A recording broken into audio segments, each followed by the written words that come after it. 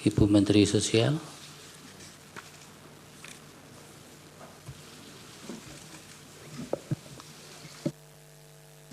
Bismillahirrahmanirrahim. Assalamualaikum warahmatullahi wabarakatuh. Selamat pagi, salam sejahtera bagi kita semua. Shalom, Om Swastiastu, Namo Buddhaya, salam kebajikan, Rahayu. Yang mulia Ketua Bapak Soehartoyo, yang mulia Bapak Saldi Isra, yang mulia Bapak Arif Hidayat, yang mulia Ibu Eni Nurbaningsih, yang mulia Bapak Daniel Yusmik Peko, dan yang mulia Bapak Guntur Hamzah, yang mulia Bapak Ridwan Mansur, dan Bapak Ibu sekalian, Bapak Menko PMK dan Menko Perekonomian, Ibu Menteri Keuangan. Tadi sudah dijelaskan banyak tentang kebijakan anggaran.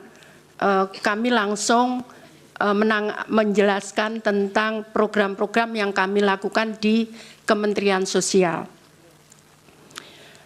Yang mulia para hakim, kami ingin menyampaikan bahwa tahun anggaran Mahkamah tahun anggaran 2023 anggaran Kementerian Sosial sebesar 87 triliun 275 miliar 374 juta 140.000 rupiah. Anggaran tersebut dilaksanakan melalui program perlindungan sosial sebesar 86 triliun 100 miliar 271 juta 705.000 atau 98,65%. Ini adalah bagian dari program yang tadi dijelaskan oleh Bapak-Bapak sebelumnya dan Bapak Ibu sebelumnya sebesar 496 triliun dari perlindungan sosial.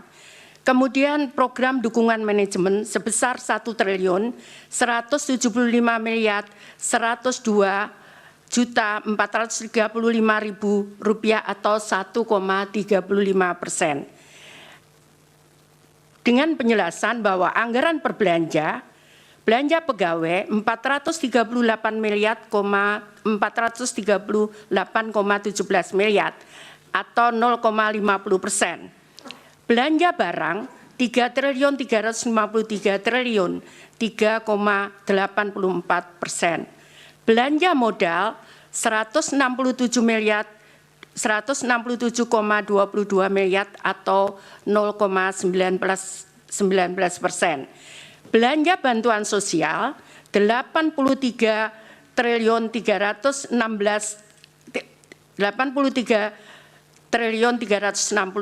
miliar atau 95,46%. Ini berbeda kalau kami sampaikan di perlindungan sosial kenapa 86 triliun 100 miliar itu yang belanja bansos itu adalah belanja bansos reguler untuk tahun 2023 meliputi PKH dan bantuan pangan non tunai serta bantuan BLT El Nino di 2023. Sedangkan untuk sisanya perlindungan sosial itu ada bantuan atensi, ada permakanan untuk lansia yang tidak ada keluarga, dan permakanan untuk disabilitas serta untuk anak yatim. Dan kebetulan pada tahun 2023 itu ada untuk anak gagal ginjal akut. Kami akan menjelaskan setelahnya. Pada tahun anggaran 2024, Kementerian Sosial anggaran dari 2023 sebesar 87 triliun 275 miliar itu turun menjadi 79 triliun 214 miliar 83 juta 464.000. Penjelasannya adalah anggaran per program perlindungan sosial 78 triliun 54 miliar 196 juta 767.000 rupiah atau 98,54% itu belanja bantuan sosial di sebelahnya yang berwarna kuning, 75 triliun, 61 triliun, 95,46% itu di luar bantuan El Nino. Sehingga kami kembali reguler menyerahkan bantuan reguler PKH dan BPNT. Kemudian program dukungan manajemen 1.889.886.697.000 atau 1,46%. Jadi kalau kita bandingkan anggaran tahun 2023 dan 2024, tadi sudah kami sampaikan bahwa anggaran kami turun dari 87.375.374.140.000 turun menjadi 79.214.083.464.000 rupiah. Hal ini karena belanja BLT El Nino keluar dari bantuan di 2024 dengan rincian sebagai tertera di atas. Adapun belanja Bansos Kementerian Sosial tahun 2023 dan 2024. Bantuan sosial 2023 PKH atau program Keluarga Harapan itu sebesar 10 juta KPM dengan pagu 28.709.816.300.000 rupiah.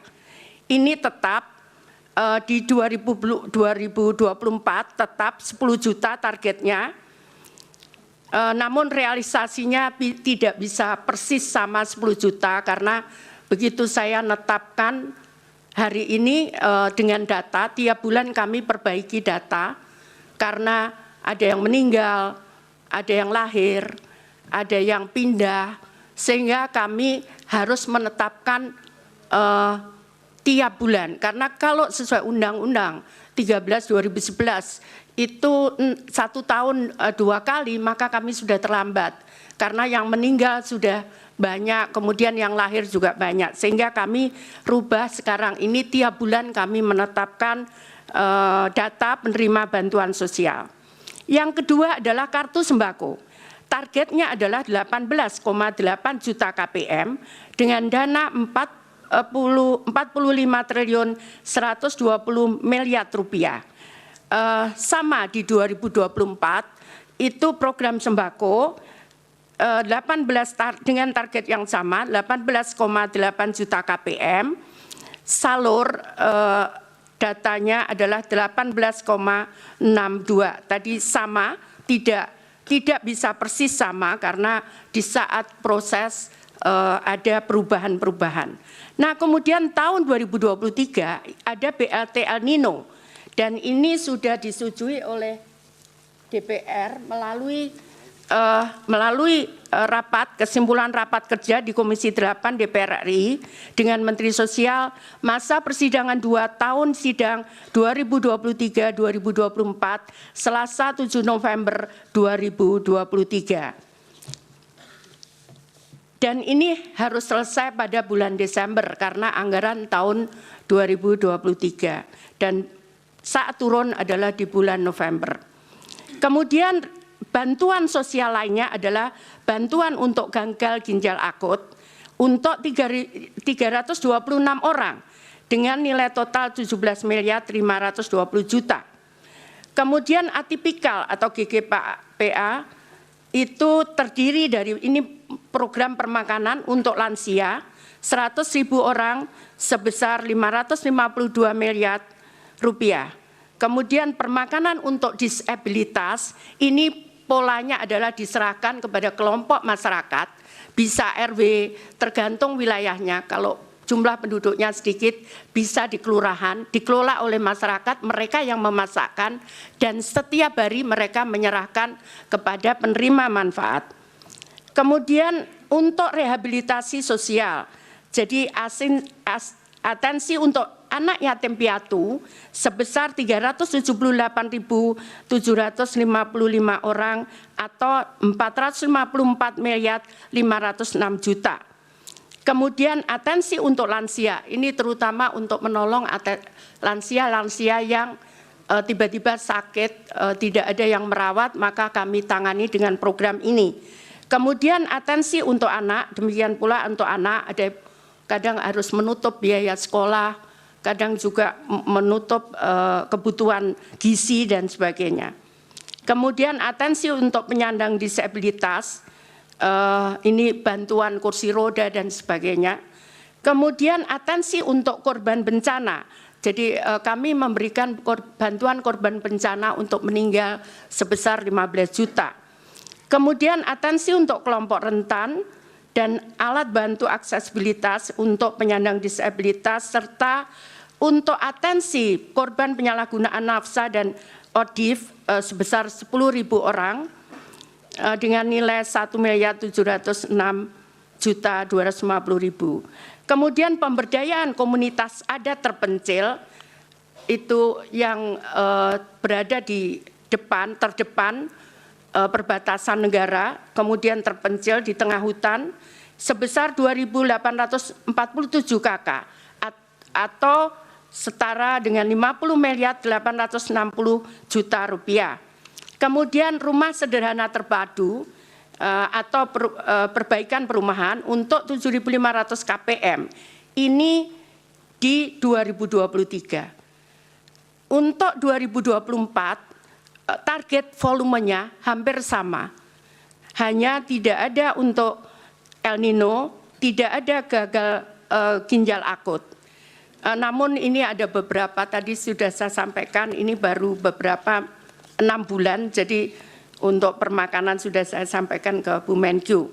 Jadi total anggaran adalah di 2024 75 triliun 616 miliar, sedangkan realisasi 25 triliun 340 miliar rupiah atau 33,61%.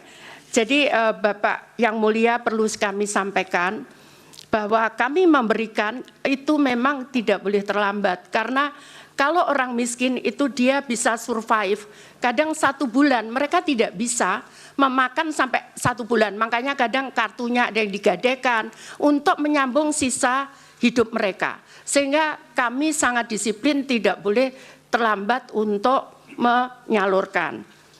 Kemudian kalau kami bisa jelaskan bansos sembako dan PKH, ini adalah jadi untuk PKH murni, jadi yang murni terima hanya 1 bantuan PKH, karena boleh diaturannya mereka boleh menerima 2. Ini terutama yang kondisinya berat, di situ ada disabilitas di dalam keluarga itu, ada kemudian atau mereka anak yatim, itu mereka bisa menerima 2 bantuan.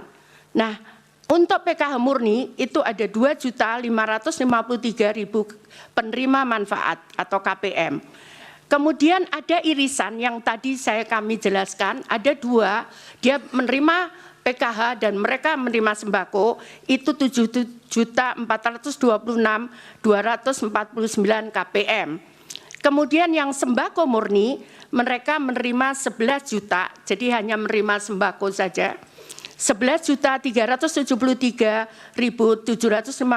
KPM dengan targetnya 18 juta. Jadi karena kena irisan sehingga hanya 11 ditambah 7 juta ini. Totalnya adalah 21.353.000 keluarga penerima manfaat.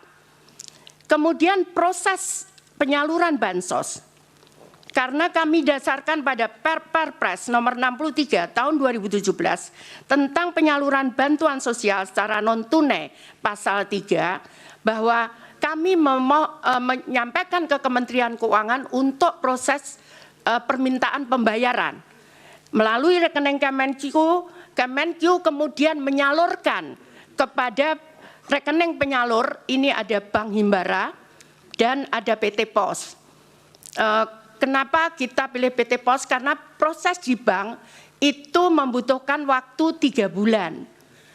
untuk mulai mereka buka rekening, kemudian sehingga mereka punya rekening dibutuhkan waktu 3 bulan. Sehingga untuk yang tadi kami sampaikan, kalau dia meninggal, kemudian harus diganti istrinya atau anaknya, itu mereka tidak bisa kemudian off, kita berhenti. Kalau meninggal bukan tiba-tiba serta-merta dia menjadi kaya.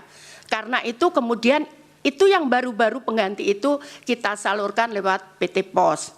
Ini kesepakatan dengan Wakil Menteri BUMN karena bank tidak bisa menerbitkan di bawah 2 juta, di bawah 3 bulan. Kemudian langsung masuk ke rekening KPM.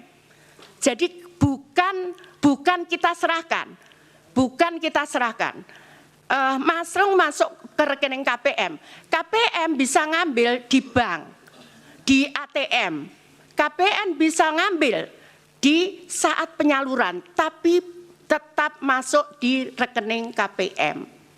Jadi ini bukan kita berikan uang cash langsung. Tidak bisa seperti itu karena kami dasarnya adalah Perpres nomor 63 tahun 2017. Jadi langsung ke rekening, kemudian dia bisa mengambil, bisa lewat ATM, bisa lewat, ini kami sangat bermanfaat karena di beberapa daerah terpencil kadang mereka tidak ada ATM di sana, tidak ada bank di sana, sehingga PT POS yang menyalurkan mereka datang ke tempat tersebut, tapi masuk ke rekening itu, ke rekening KPM.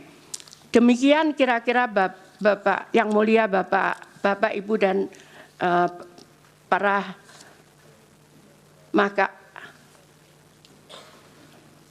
Mahkamah Konstitusi, saya mohon maaf menjelaskannya bukan dengan membaca karena saya biasa melakukan dengan chart seperti ini. Demikian, terima kasih, mohon maaf kalau ada yang kurang berkenan. Saya akhiri, wassalamualaikum warahmatullahi wabarakatuh. Salam sejahtera bagi kita semua. Salam Om Santi, Santi, Santi Om Namo Buddhaya. Salam kebajikan, Rahayu.